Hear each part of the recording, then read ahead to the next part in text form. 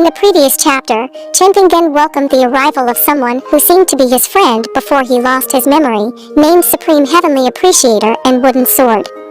This wooden sword is already known by a lot of Chen artifacts. Maybe this appreciator was Chen friend before he lost his memory, but it still wasn't explained about it.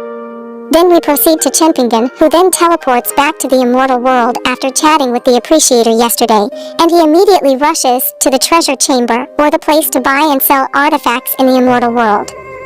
He planned to buy the spiritual immortal Bayan for cultivation. Before Chen left for the treasure chamber, Buzu greeted him, and then Buzu apologized for the previous incident. He said that he was wrong, so he wanted to apologize. He then offered him a handshake. When Buzu asked for his hand, Chen thought maybe there was poison, or maybe there was something that could harm him, so at first, Chen was suspicious. But after that, a pop-up appeared from the system, and because he felt he was safe, because there was protection from his system, he then kindly accepted Buzu's hand and said sorry for yesterday's incident. After that, Chen went to the treasure chamber, but as we can guess, we haven't reached the treasure chamber yet. On his way there, Chen was suffering from dizziness, and then another pop-up from the system appeared. The system said that there was a curse on Chen's body that slowly destroyed his cultivation at that time. Fortunately, the system could also withstand the curse, as he said before, and said it could also restore Chen's cultivation to its original state, which had been eroded little by little at that time due to the curse. After that, Chen cultivation had been repaired by the system, and it seemed that the curse had returned to Buzu, who was carrying out a ritual at that time. Buzu vomited blood due to Chen's reversal, so that even here Chen already knew and was 100% sure that the curse he was experiencing by Zhao Xian before, it was indeed Buzu's, and Chen's actions succeeded to give Buzu a lesson by reversing the curse. After the failure of his ritual, a dark book that could talk then appeared in front of Buzu. Then the book said that the target, or Zhao Xian, seems to have an artifact in his body, or an artifact he's carrying, so he can't play at will like before. It sounds like this dark book has known and knows Buzu's plans for a long time, but it's strange that Buzu himself doesn't seem to know the book, or rather the book had been studied by him. The book contained curses like to give Zhao Xian a lesson, but Buzu didn't know that his book could talk, so the book finally introduced itself, that it was actually a mystical book that came from one of the existing organizations. In the world of divine, or God real. Thanks to the life essence that Buzu said he had given to the book, which is not to be explained here, what kind of essence was given. The book finally got up and was able to say this earlier, and the book offered Buzu to be the master who led the organization he mentioned earlier, the one in the divine world just now. The book also promised to help Buzu fight his enemy, or Zhao Xian. Then what plans would these two carry out? Let's go back to Chen, who was having coffee because he was dizzy, and he accidentally met Lu Shuai, who was passing by with his two friends. But because Chen saw them from behind their back, it's not very clear whether it was Lu Shuai or someone else. Chen didn't know that Shuai was Immortal Emperor Yu Donglai's disciple. So Chen was confused, then he decided to follow those people who were walking somewhere. They are walking and sitting with Shuai together at a table, maybe a restaurant or cafe, but there was no Shuai there. Finally, Chen sat down near the two of them in the hope that maybe Shuai was away for a while. He came back again, and apparently it was true that those two people who were walking with Shuai. They talked about Shuai, and they also mentioned Lu Shuai's name quite clearly in Chen's ear, so that it was confirmed that it was true that the one who passed earlier was Lu Shuai, Chen's friend from the mortal world. But what Chen was still confused about was how the Shuai could suddenly be in the immortal world. Could it be possible that he was also an immortal who was in disguise, but then not long after, that it was revealed from the chat between the two of them, Shuai's friend, that Shuai was a disciple of one of the immortal emperors. Finally, Chen knew that Shuai was a student of the Immortal Emperor, which apparently his two friends didn't like Shuai because he was considered to be a special person, even though he was just an ordinary mortal, then becoming a disciple of the Immortal Emperor. While on the other side, the woman, who was also Shuai's friend, and the man were also students of one of the Immortals' Emperor, so they value Shuai too much. The point is they feel that Shuai is too exaggerated, but at the same time, they also don't dare to say it in front of him directly, they only dare to talk behind his backs, which seems like they really have something to do that requires pretending to be kind to Shuai, whether it was an order from the teacher to get along with each other. Unfortunately, they soon realized that it seemed like their conversation about Shuai had been heard by Chen, who was here in the context of a foreigner, whom they still didn't know. Who was it? This Chen, whose cultivation was only low when they detected him, was not an important person, so he didn't know about it, so there was an uproar there. Both of them blamed Chen for daring to listen to the conversation of one of the mortal emperor team's disciples, or this woman named Lu Ruping, who is an immortal disciple, that is Emperor Bai Yuan. They were angry with Chen.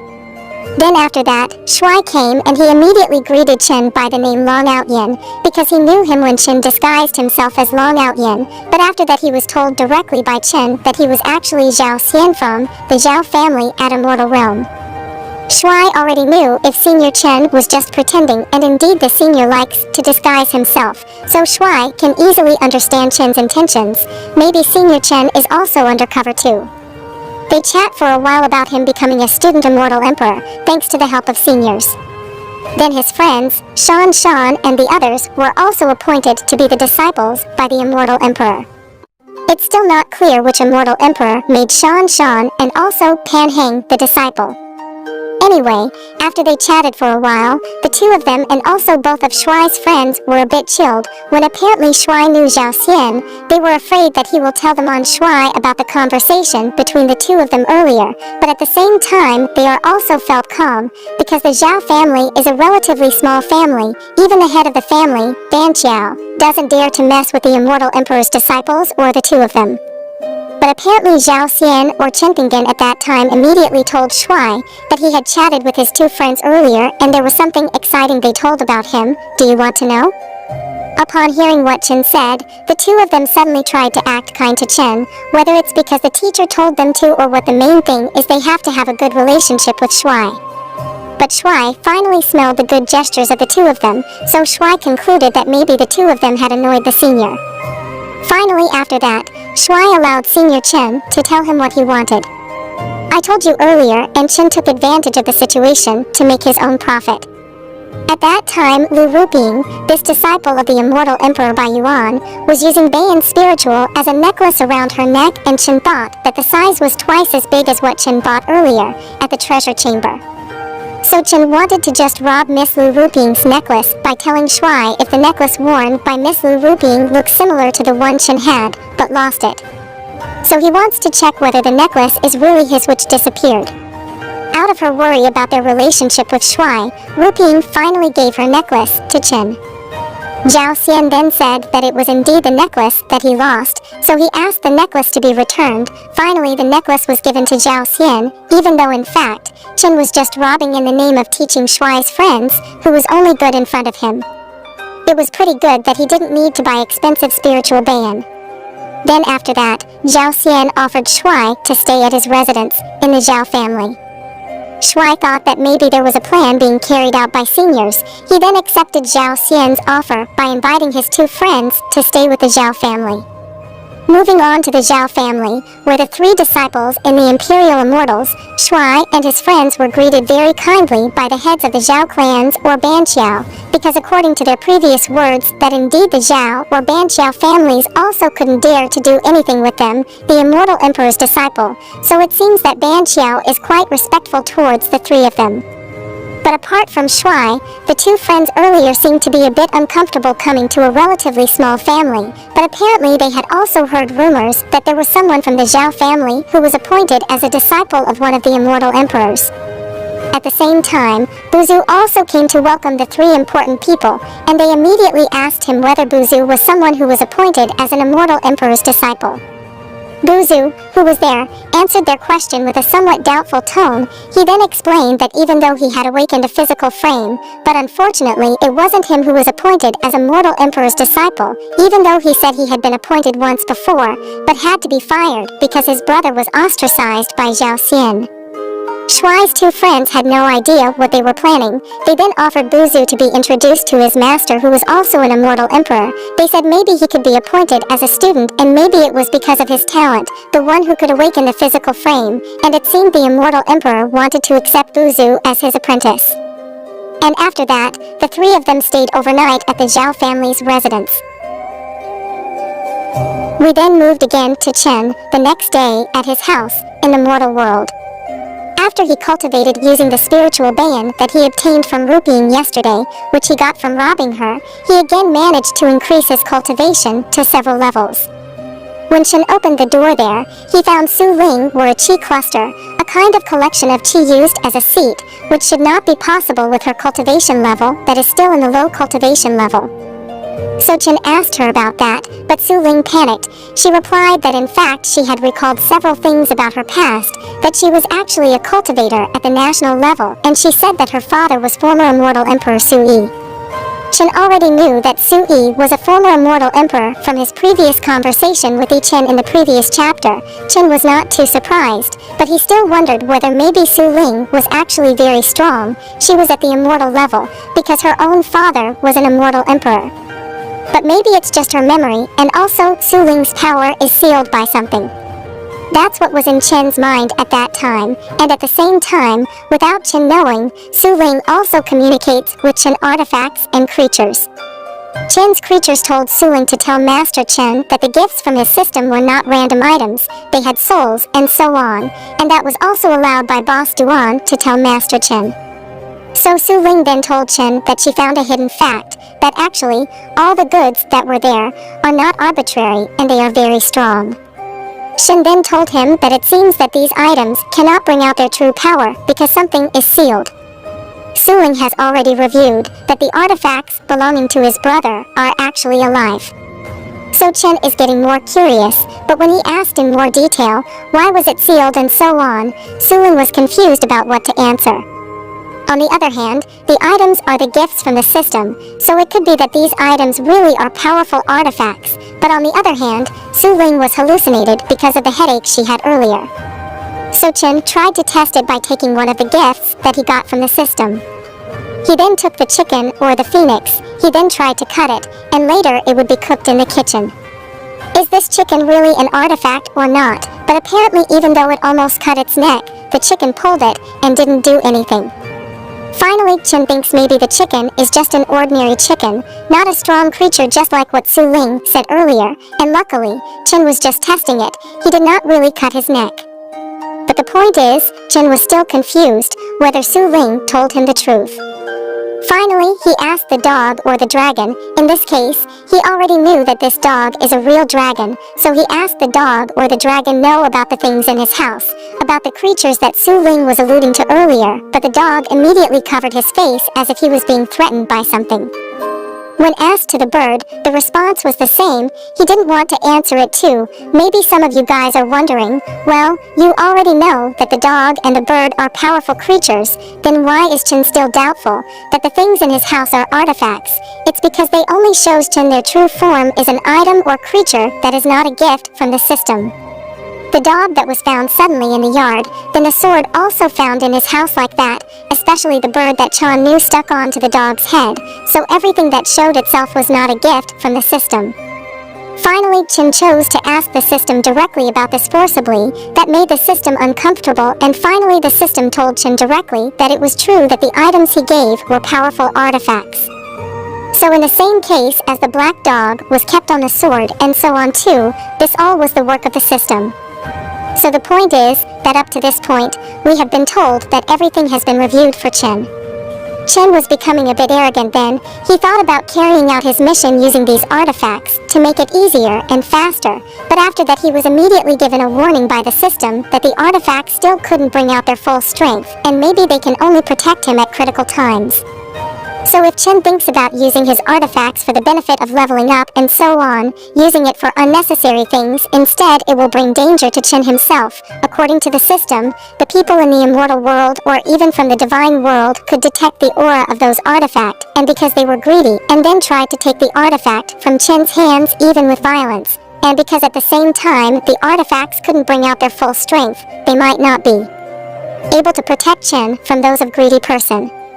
The point is, the system forbids Chen from using his artifacts carelessly. So Chen realized not to be arrogant then. We moved to the immortal world again, at that time 2 cultivators, a master and his disciples from the world of the divine. They went down to take a walk. The master's name is Ma Xian and his student's name is Yana. Ma Xian's cultivation was stuck at that moment. He couldn't go his level up again, and then his clan assessor in the divine world said that his student's luck or Yana's possessions could lead Ma Xian to an opportunity to increase his cultivation. So he went down together with Yana, hoping to meet an expert or a strong person that might still be hiding in the immortal world while enjoying his life. Later on, he would ask for his help and asked questions regarding his cultivation that doesn't increase, and sure enough, not long after that, Ma Xian detected something like a wave in the air which he thought was a kind of energy from an extremely powerful artifact that was even powerful than his clan's own ancestor. Then when he checked or peeked at it, it seems that Chen was there, holding a teapot, and in just a few seconds, Chen glances back at Ma Xian, which of course is unnoticed on purpose, as if Chen knew that he was being watched, so that this surprised Ma Xian and immediately cut off the peak. On the other hand, Chen was chatting with Fan Yun, and because previously Chen had been informed by the system that all of his items were powerful artifacts, Chen then tried to use his teapot to help Fan Yun improve his cultivation. So indeed Chen deliberately used his teapot, which was an artifact, to help Fan Yun, and as usual Fan Yun's cultivation rose. Fan Yun then thanked him for all his kindness to Chen, just like he did in the previous parts, but this one is different. He thanked him not for the misunderstanding anymore, but because Chen already knew that he was using a powerful artifact, and on the other hand, Fan Yun was also not surprised because he had known for a long time that Chen was indeed a god from the upper world. So it was enough. Naturally, that's how it was. Not long after, Ma Xian and his student came straight to Zhao Xian's house, and apparently, Fan Yun also came out to see who came with Chen at that time. When he saw them, Fan Yun immediately shivered in fear because he felt that the aura of those two people was even greater than the immortal emperor's aura, but he could still somewhat calm himself down and did not panic too much, thinking maybe it was Senior Chen's friend, Senior Chen Yang's acquaintance from the divine world. On the other hand, Chen realized that Fan Yun was quite tense at that time. Even though he was an immortal emperor's disciple, he concluded that these two people maybe were not just anyone, but Chen still doesn't know if this person is from God realm. Ma Xian then said hello to Chen, and he said that he detected Chen's teapot from afar, so he apologized because it seemed impolite to peek, and that's why he came to apologize directly to the senior. Chen finally realized that he was being careless. He was careful in using the teapot earlier to help Fan Yun cultivation, so Chen didn't know that the aura of the teapot could reach quite a distance, and fortunately it wasn't a bad person who came, he thought. He then asked where they came from, and Ma Xian, who thought that Chen is strong enough, so he must know about the God realm. But the God realm itself apparently has quite a lot of realms such as Earth realm, which is one of the core of God realms. But on the other hand, Chen, who doesn't know what Heaven and Earth realm is, thinks it was the one of the immortal realms that's not well known, maybe it's remote enough, so Chen says that Heaven and Earth realm is a fairly small place, even though he actually doesn't know it, he's just guessing it. Chen's words made Ma Xian and his disciples shocked. Why was the God realm called small? Shortly after that, Ma Xian asked Chen for all kinds of advice or suggestions regarding his cultivation, which was not working at that time. Indeed, he came to Immortal Realm to find clues of what to do or what he should ask to Chen. So Chen, who actually doesn't know anything about cultivation, immediately acts like a wise man again, so he pretends to give advice, even though what he gives is just like a puzzle or the words that can be interpreted to many different meanings. Fortunately, Ma Xian soon understood Chen's words, which were actually just empty words, and it seems that Ma Xian also got the answer he was looking for all this time regarding his motivation, which didn't work from this advice, which was actually not of good quality. Not long after that, a red teleportation array appeared. It apparently came from Ma Xian's enemy, who came from the demon realm, which Ma Xian called by the name Blood Buddha. The Blood Buddha cultivation level was quite far above Ma Xian, so Ma Xian was quite frightened because he was carrying Yana or his student. He was so afraid that something might happen to her. So Ma Xian immediately asked Chen for help, at least to protect his student. Chen was also quite amazed by Ma Xian's attitude, because you could say he was a master figure who was very kind to his students, but because on the other hand Chen was still weak at that time, he also couldn't help anything. Finally, the kitchen knife was finally showing itself by whispering to Chen via telepathy that actually his level is higher than the Blood Buddha, he is just weak compared to the knife. He asked him to slaughter the enemy, and later Chen just had to tell when this knife would come out. So Chen would give a signal for the knife to change its shape and attack the Blood Buddha. So Chen and the knife basically cooperate with each other to play a big game.